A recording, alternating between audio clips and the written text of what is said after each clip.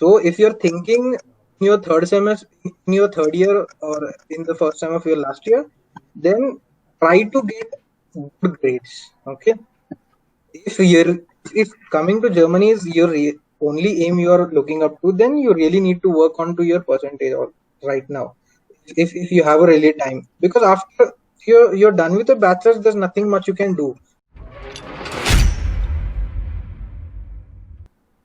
Hello, Pratik. Welcome to the podcast, and I request you to introduce yourself for the introduction of this podcast. Yeah, hello, bro. Hi, everyone. Currently, I am studying at the University of Siegen in Germany, and I have done my bachelor's in computer engineering from Pune University, Zeal College of Engineering and Research, and my master's basically is in embedded systems. So normally, I come from a computer engineering background, so we didn't had much of a hardware background in our course. So I am 27 graduate and 2017 graduate, sorry. And so basically, to get an admission into the course like embedded systems, I had to show some skills that were related to hardware. So after my graduation, I immediately started with an intensive course in hardware, learning all of the different hardwares that are needed for the course. And I did it for 3 months. And after that, I did a 6 month internship in the same field, which got me a very strong profile related to the hardware course. So when I made the applications, I had a firm background that I am into the hardware right now, and I can get an admit. So this got 9 months of my time, and when I got the admit at University of Siegen, I was completely prepared for that. Also, I landed a job in that period, but I had to leave it soon because I had the admit in my hands and I wanted to join it as soon as I can. So I simply dropped out, and I came in 2018 winter semester to Germany. Pratik, you have already briefed about your profile, and now I would like to request you to just brief us about your application process, like how you started your application process, what was your German language proficiency that time, and how many universities you applied, and how you did the sorting of the universities for your interest. All right. Yeah. Okay. So the first thing I knew that before making any applications was that anyhow I need German language because I am going to work part time there, and there might be a chance that I might need to speak German. So the first thing I did was got enrolled into a German speaking course, and my proficiency while applying was A2, and I was doing my B1 while getting the admission. I mean, while I got the admission. So basic thing is, yes, you have to start sooner with your German language. It is better if you start while you're doing your bachelor's. The more and more German knowledge you collect, the more and more chances you grow towards having a good job opportunity. And yeah, the applications thing. So I decided in the seventh semester that I want to pursue the course in embedded systems. So I started looking out for the colleges that provide the. First of all, I knew that there are two types of universities in Germany. One's are public and one's are private. So it's a little bit difficult to get an admit into the public university because they strongly ask you for a better grade, most probably grade about what do we say, which we can say 65% first class with distinctions. So I had to improve my bachelor's course along with my German skills as well. So it is really important that you keep your grades up to the mark. If you are not good in studies, then you have to really work hard on your if you because public universities really look into that. And the second thing, if you're not able to do that, if you're getting the 60% mark, then you can simply try to get job experience or internship of about year and a half. That would simply boost your profile if you're not good into the academics. Right. So these were the things that were necessary for me, the academics as well as an internship or a job experience. So I started with my grades. I improved my grades, studying and working hard.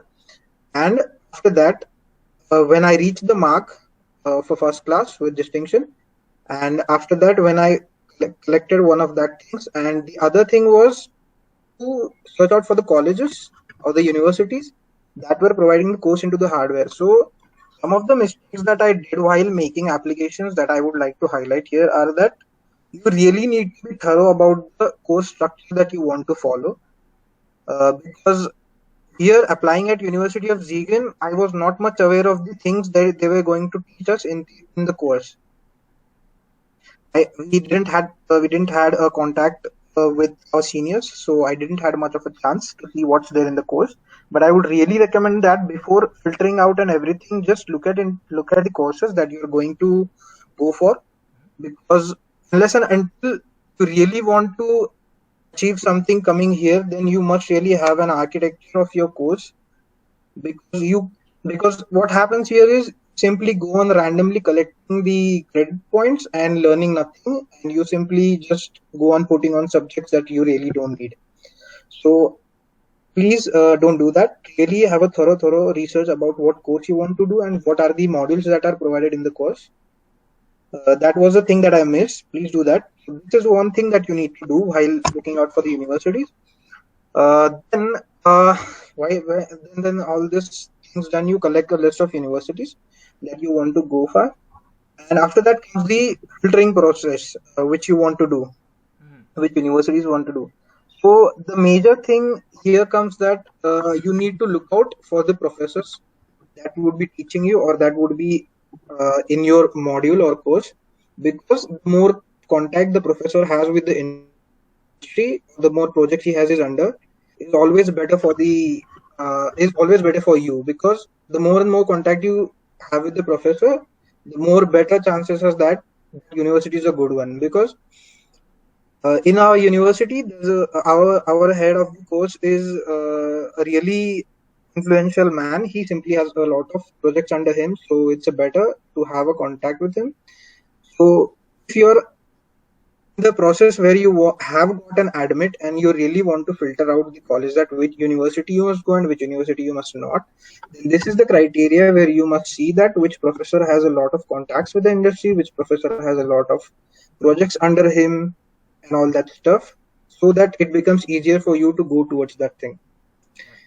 And I have seen this a lot of times, that being here for 1.5 years, that though people come here with some course structure in mind, but looking towards the current market, they shift towards the other one. Okay. We have our university is top one for mechatronics here Mhm. in Germany.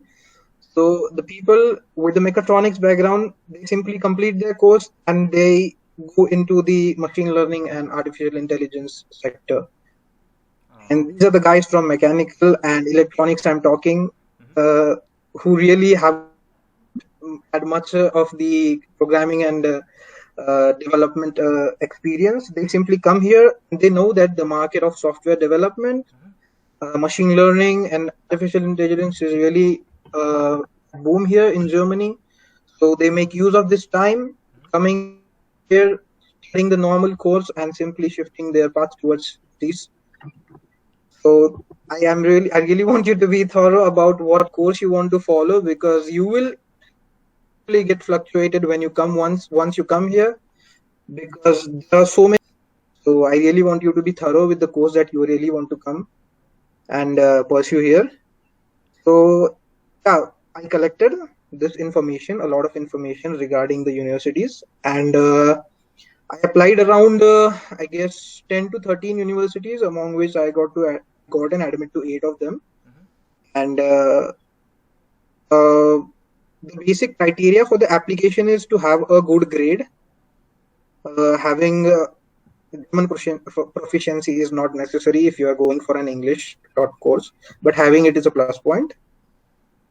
Then after comes the course modules. Like if you're, I had to apply for embedded systems.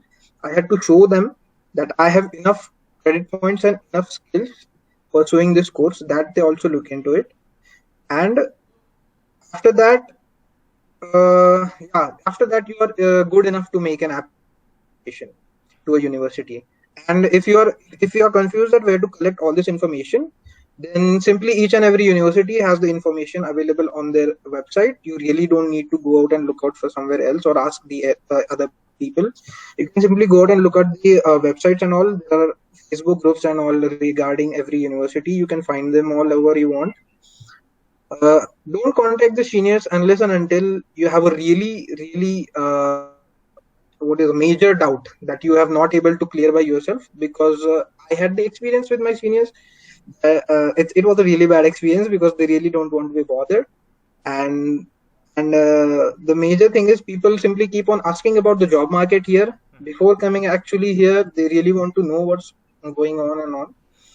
So just don't worry about the job market right now. Just simply step a foot in Germany, then you'll simply come to know that it's a land of miracles. That it's true, right? That is correct, because the reason I ask you this question is because we often get confused once we have the admit from a couple of universities.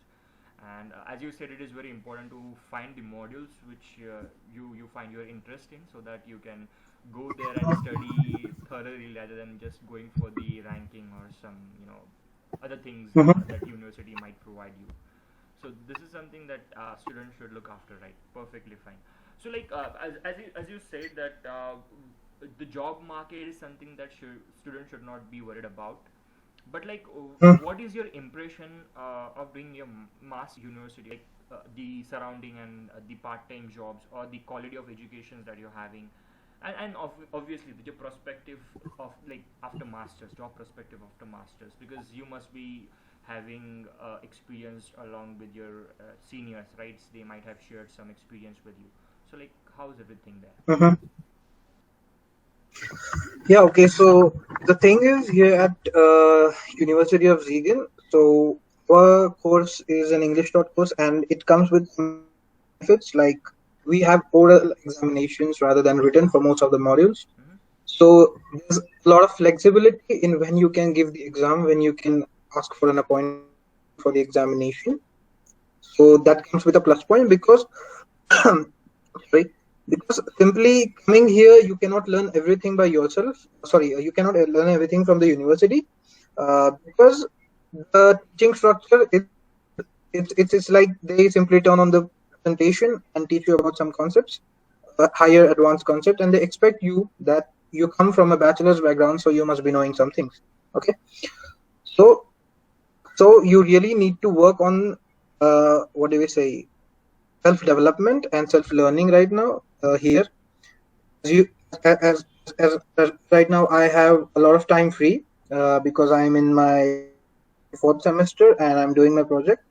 So the thing is, I concentrate on self learning, doing online courses, learning something new always, because this adds a plus point in my CV. And if I know that in coming 6 months or 10 months I will be making applications for the job, so I know that what I really need to be prepared for, that is improving my profile, doing projects, learning online, and all that stuff. So my perspective about the job market here is it's really open, but it's open mostly in the area of software engineering, technology, and web development, and SAP such structure. So the every person that I see here, uh, especially Indians, Mm-hmm. if I simply ask them that uh, when you come to Germany, what are you planning to do? So they simply say that uh, though I'm from different background, it doesn't matter. I have a lot of time here, learning some stuff online, doing some courses and that, and on the basis of that, I can simply apply for any job that I want, Mm-hmm. because the job market here or the people here or the employers here simply don't consider these aptitude and all stuff that we do in India. Okay. They simply look out for the practical work that you have done, the projects you have done, your theses and all. So these things are really useful here to have a really practical knowledge and uh, thorough knowledge of the course that you pursued. So it's a very open and good market, and all the seniors. I can't tell you. So many mechatronics students right now from our university are pursuing their jobs, are doing their jobs in software industry. So actually, the course had nothing to do with software engineering or anything, but they simply went for it, learning different online courses and doing different online courses. So it really doesn't bother them that whether you come from a totally different background. This period of 2 to 3 years, you can simply shift totally, and you can do a lot of things that you want because they're really flexible here with the course that you follow. Like, if you're not able to complete the course in time, it's okay. You can simply have a pushover of a couple of semesters. Like, they are allow you are supposed to complete the course in 4 semesters, but they allow you to do it in 6. Right. Most of the people are here doing their 6th and 7th semester. So it's really, when you come here, you really need to take your time. You really need to analyze the industry, and you really need to find out that what's the current status of the market, where are the jobs are available, and all. So according to that, you need to focus on the things you need to. Yes, but it's fine if the job is in the software industry, and if we really want that job, we should go for it, right?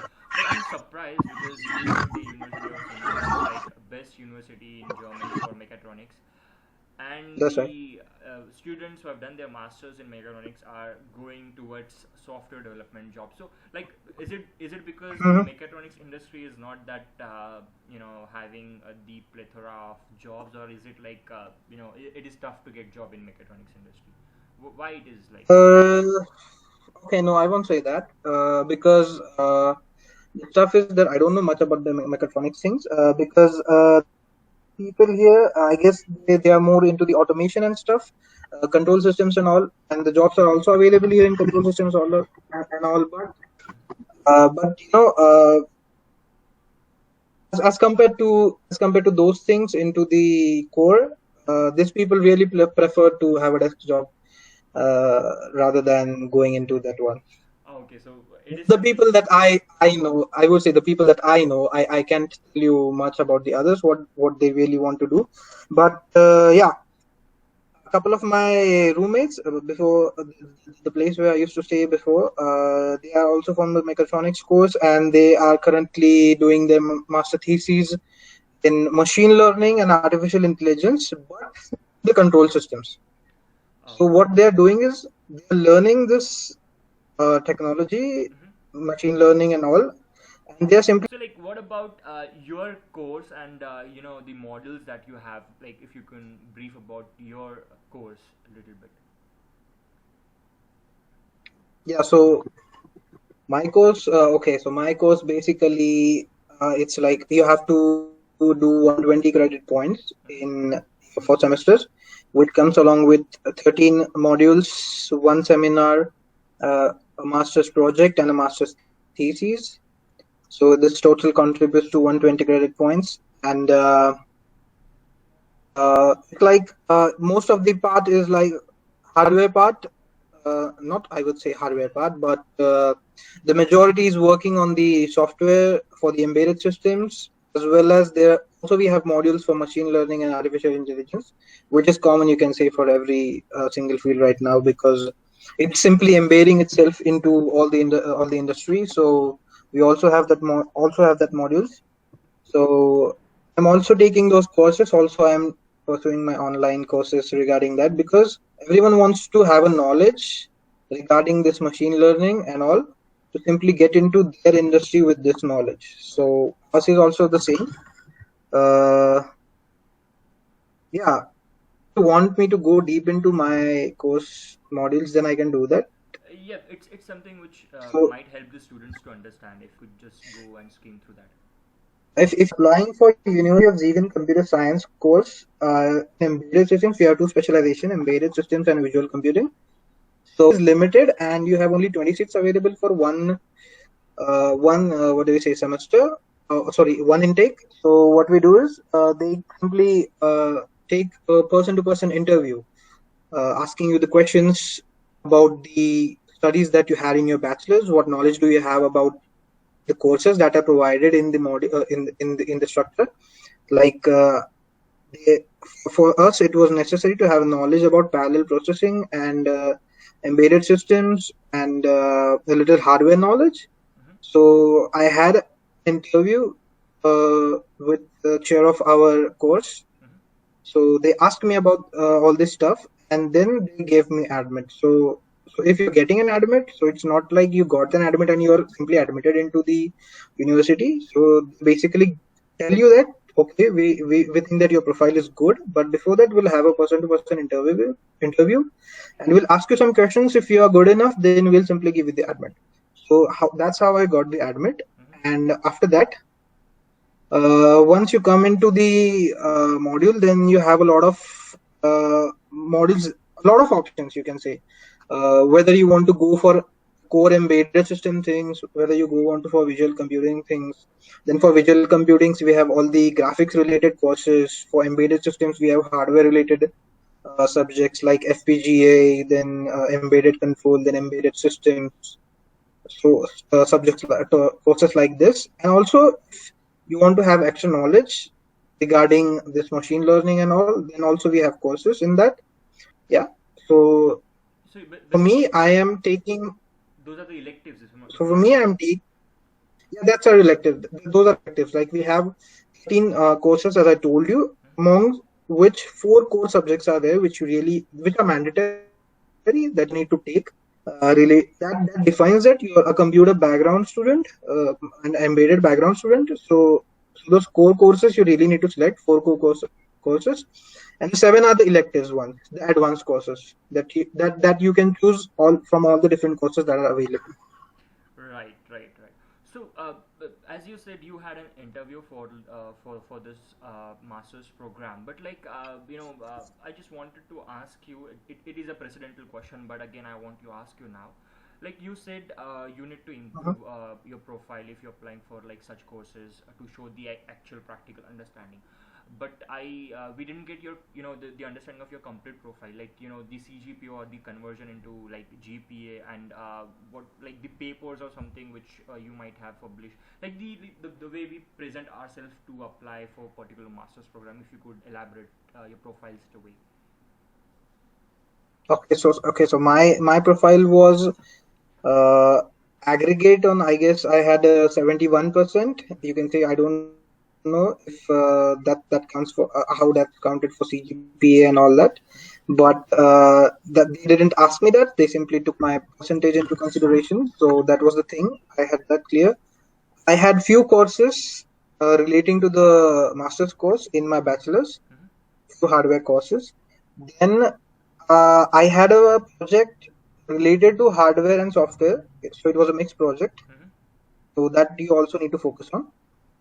Then I had an internship and a intensive course. So that was the whole package. Mm-hmm. And and yeah, also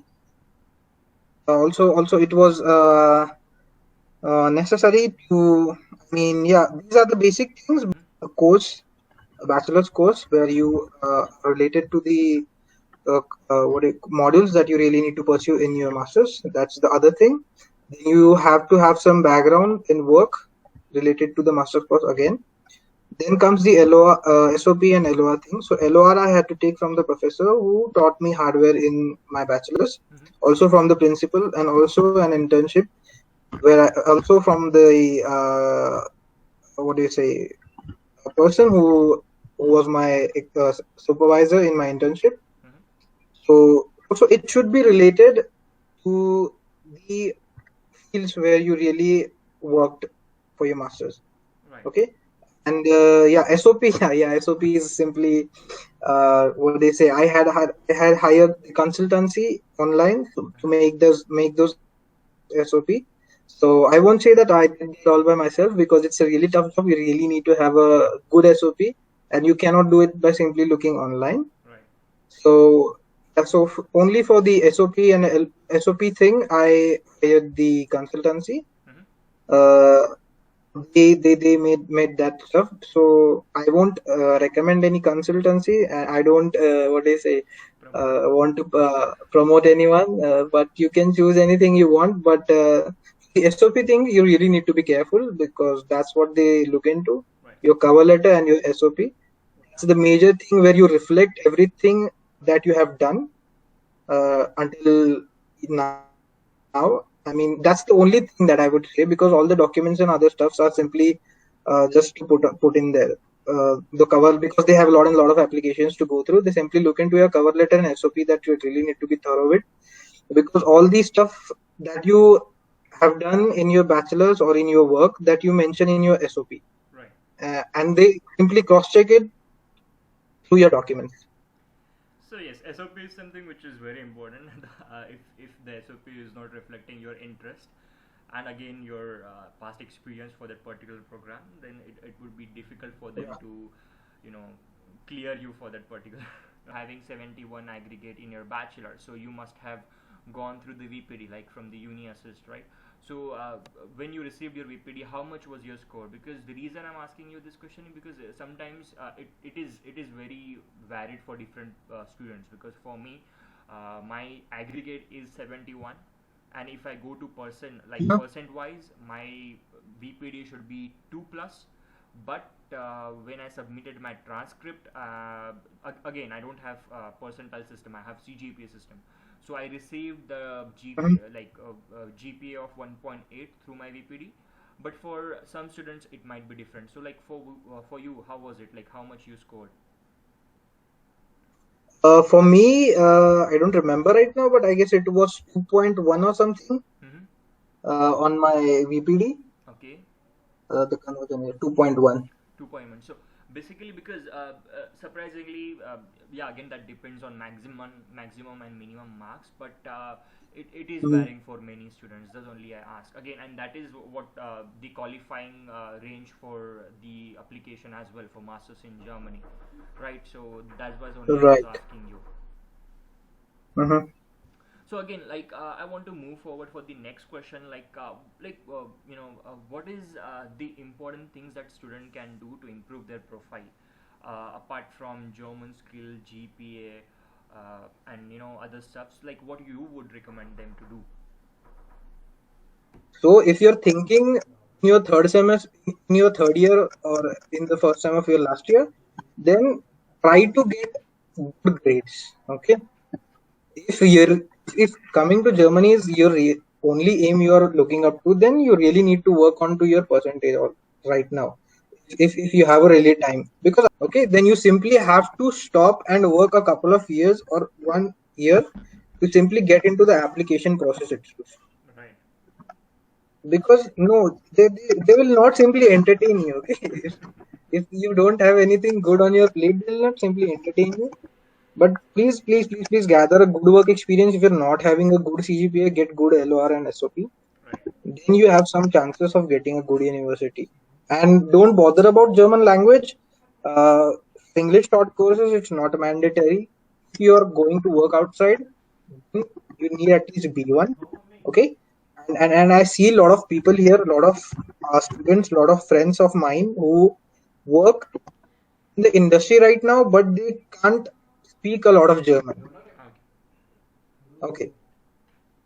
So it's not a big thing. German is not a big thing.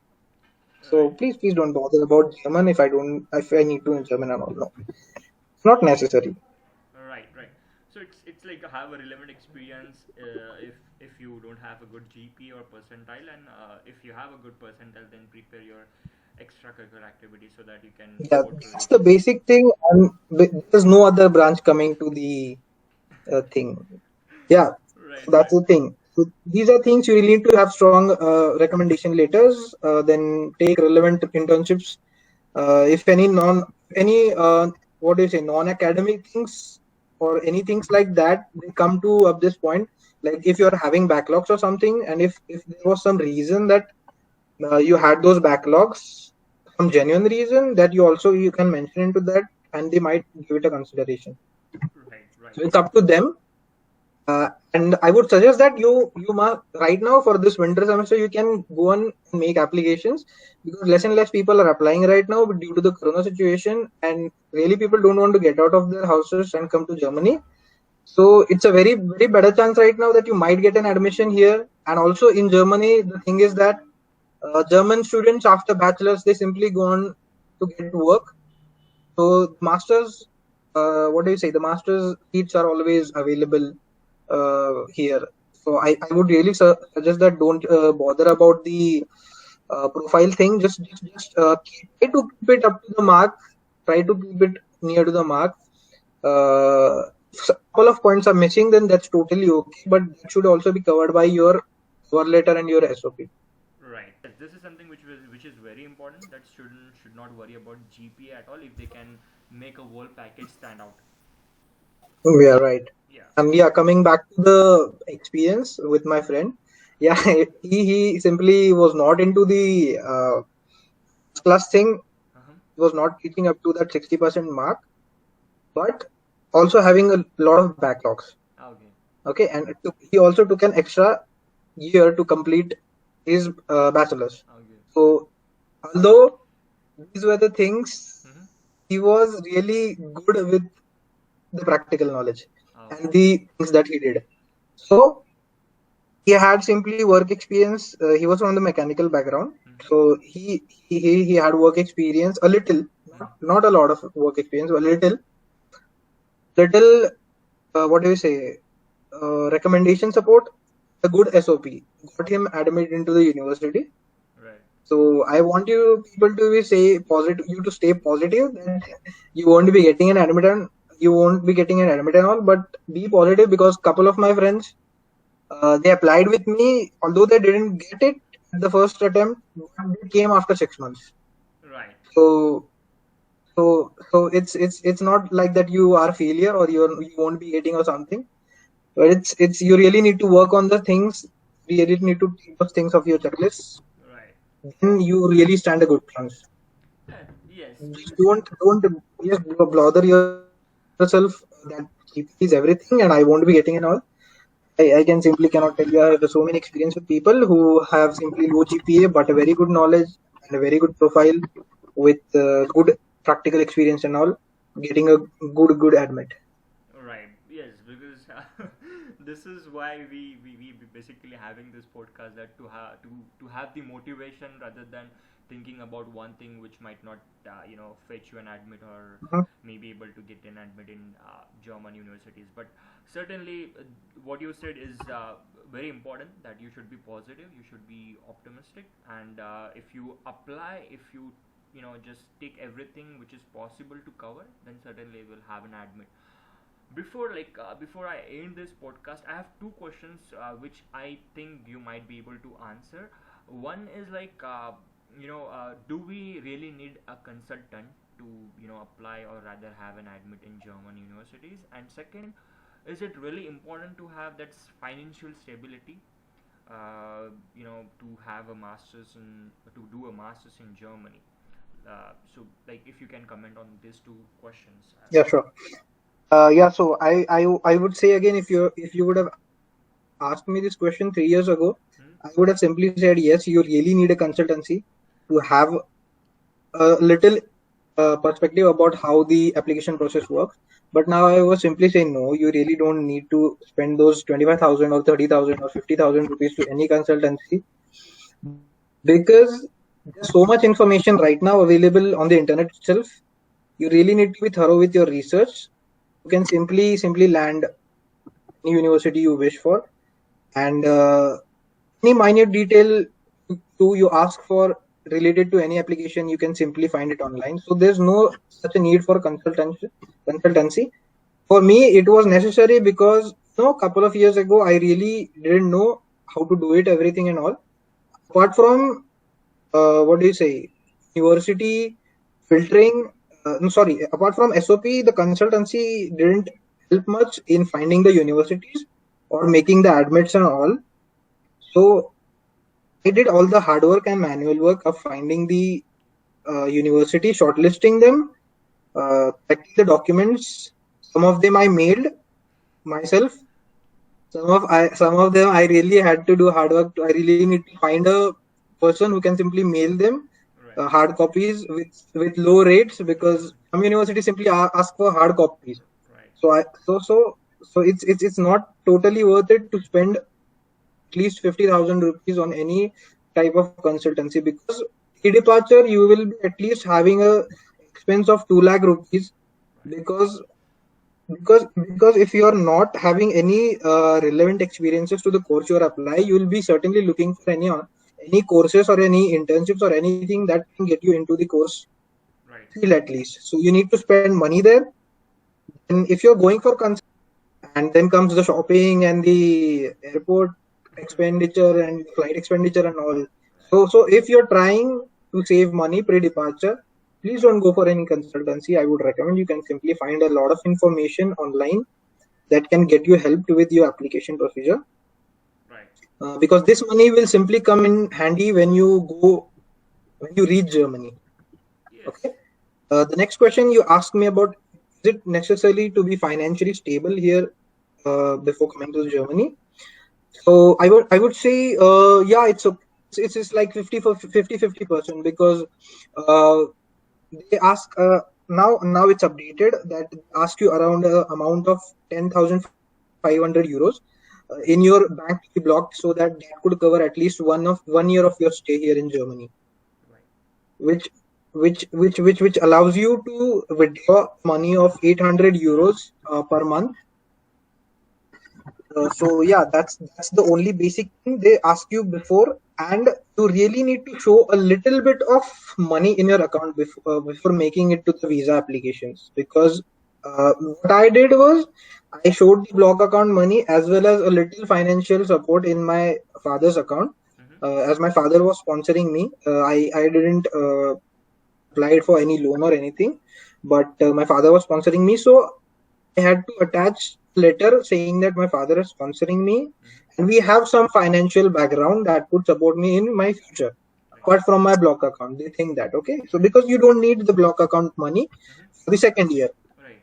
Okay, when you go for you when there's only a mandatory requirement of 1 year, so after 1 year you can simply get a part-time job and support yourself. That's only they ask. And if you ask me, getting part-time jobs, it's been it's right now it's a difficult time due to the corona thing, but a couple 18 months ago or a year ago it was easy to find a job around Germany. Any part-time job you can go for.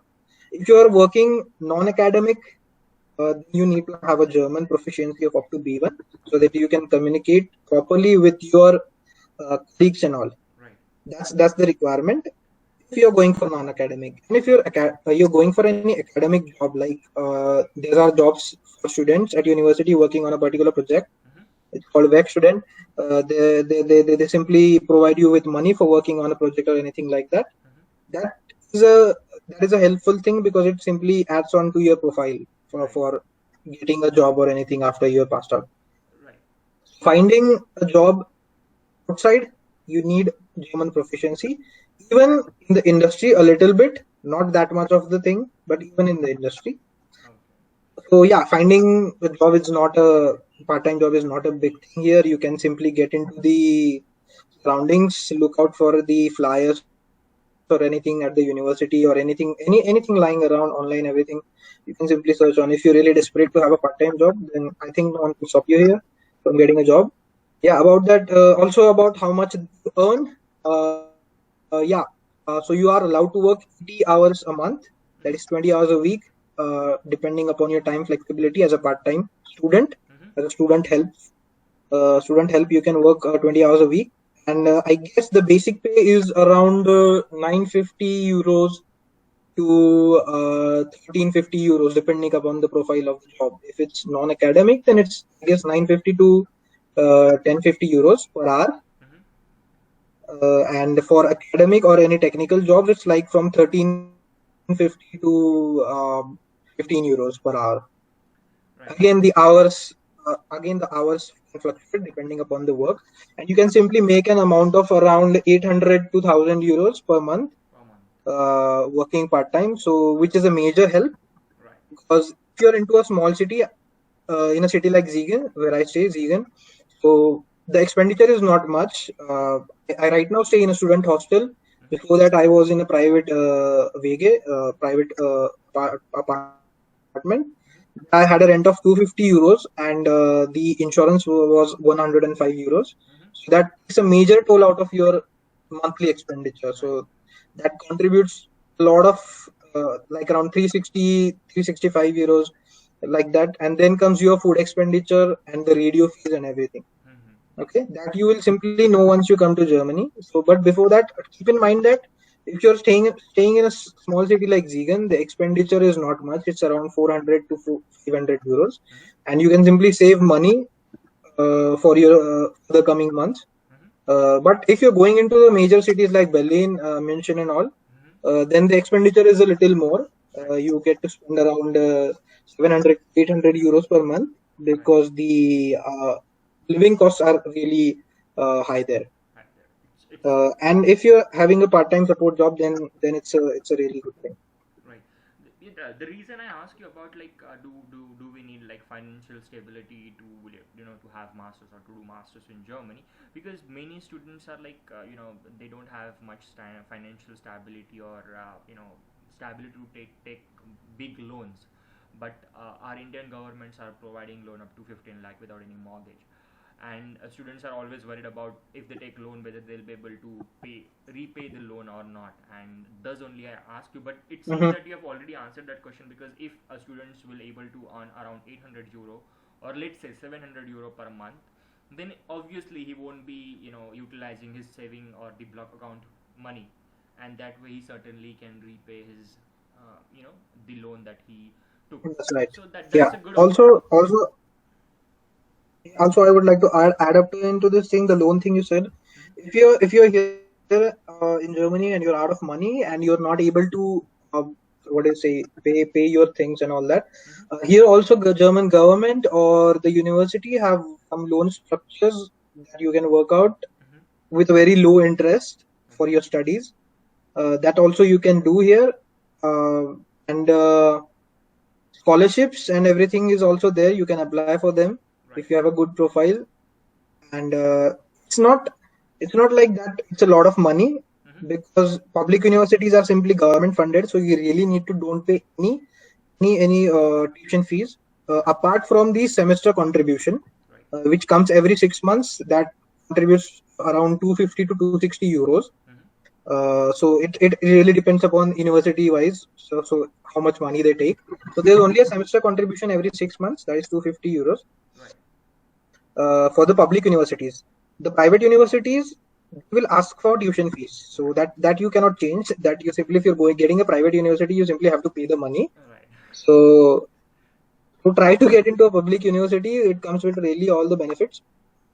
Here, as I told you before, that I would be mentioning some of the benefits that I have here at University of Ziegen, Right. staying in NRW. So for semester ticket, if I could show you, Mhm. this is my semester ticket that every student gets here in Germany when you're enrolled. Mhm. So what they say is that if you're applied at the University of Ziegen or any university in state of NRW, Mhm. NRW actually, it's if you go in English, Mhm. then you simply get to travel all over the state for free using all the public transport services, buses Okay. and trains. That's great. University, correct. Thank you so much, Pratik.